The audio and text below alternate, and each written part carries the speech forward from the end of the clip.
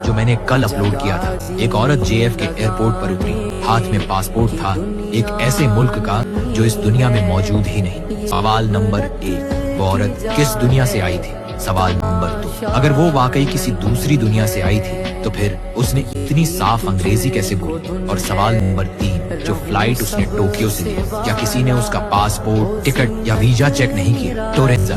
बस एक लफ्ज ने पूरी दुनिया हिला दी। लोग सवाल करने लगे।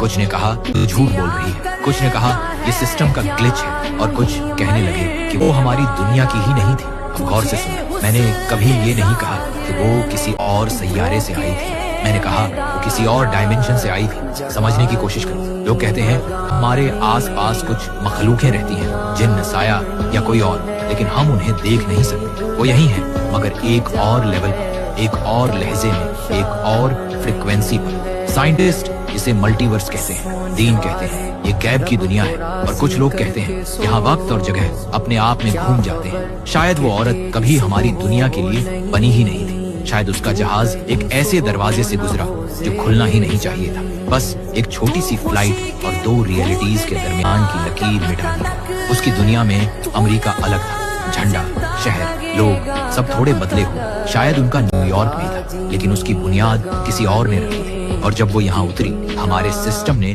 उसका पासपोर्ट असली पहचान लिया, क्योंकि उसकी रियलिटी में वो असल था। चिप, होलोग्राम, सब कुछ ठीक था, लेकिन एक पैरेलल जमीन से। तुम पूछते हो टिकट कैसे चला गया बिना चेक हुए? क्या पता, जिस सिस्टम से वो आई वो भी यहाँ चल रहा हो, बस एक और वर्जन में। सोचो जरा, अगर मल्टीवर्स हकीकत है तो तुम्हें स्पेसशिप की जरूरत नहीं, सिर्फ एक ग्लिच इन टाइम चाहिए। कुछ रिसर्चर्स कहते हैं हवा में छोटी छोटी दरारें होती हैं जो कुछ लम्हों के लिए खुलती हैं। अगर कोई उनसे गुजर जाए तो वो किसी और जहां में पहुंच जाता है। शायद उसके साथ भी यही हुआ। टोक्यो से न्यूयॉर्क तक का सफर, लेकिन वो अपनी जमीन से हमारी जमीन पर आ गई। और जब कैमरा स्टैटिक हुआ, शायद वो एरर नहीं था, शायद दरवाजा दोबारा खुल गया और वो वापस चली गई। लेकिन सबसे अजीब बात यह है, एक तस्वीर सामने आई। जापान के एयरपोर्ट पर भीड़ थी और उन्हीं में वो औरत भी थी। वही चेहरा, वही लिबास, वही बैग। नीचे कैप्शन लिखा था, फ्लाइट टू टोरेंजा ऑन टाइम। अब सवाल ये है, क्या वो हमारी दुनिया छोड़कर चली गई